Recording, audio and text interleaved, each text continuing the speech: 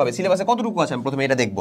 ওই সিলেবাসে থাকা অংশটার ভিতরের প্রথম প্রায়োরিটির যে জিনিসটা সেটা হচ্ছে সাবজেক্ট কি কি আছে, লিখ, কোনো কথা নাই, পড়ে হবে না, সিলেবাস দেখেও হবে না, কলেজ সিলেবাস দিছে বা স্কুল সিলেবাস দিছে ওটা দেখা হবে না, লিখো সিলেবাস লিখো, ওই সাবজেক্টগুলো লিখো, ওই সাবজেক্টের চ্যাপ্টার লিখো, চ্যাপ্টারগুলোকে অন্তত বোধহয় আলাদা করে দেওয়া নাই বা হায়েস্ট চ্যাপ্টার অবধি আলাদা করে দেওয়া থাকে, বাট ওই চ্যাপ্টারের কত কত টপিক, কোন কোন টপিক আছে এতটুকু পর্যন্ত দেওয়া নাই, বাট তোমাকে এই মাইক্রো লেভেল পর্যন্ত আসতে হবে, টপিক পর্যন্ত রাইট ডাউন করে ফেলো তুমি তোমার খাতায় যে টপিক পর্যন্ত ভাই লিখে ফেলছি, ঠিক আছে।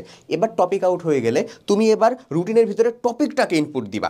তুমি রুটিনের ভিতরে কি ইনপুট দিবা, বাংলা পড়বো আমি, ইংরেজি পড়বো, এইটা জিনিস না, ভালো করে বুঝাইতে পারছি কথাটা। টপিকটাকে ইনপুট দিবা, সকাল 8:30 থেকে 7:30 উমুক দিন উমুক টপিক পড়বো।